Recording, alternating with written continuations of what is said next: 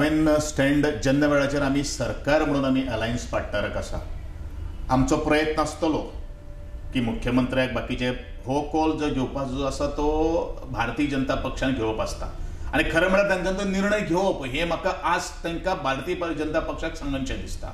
पूण जो सरकार अलायन्स म्हणून आमी आसा त्या अलायन्स म्हणून हांव मुखार वतलो, म्हजो सपोर्ट हो अलायन्साक भितर आसतलो अशेंच हांव ह्या वेळाचेर सांगपाक सोदतां. पण एकूच गोश्ट हांव हांकां लोकांक सांगपाक सोदतां, खास करून शिरोडेच्या लोकांक हांव सांगपाक सोदतां की खंयच्याच आमिशाक बळी पडूं नाकात.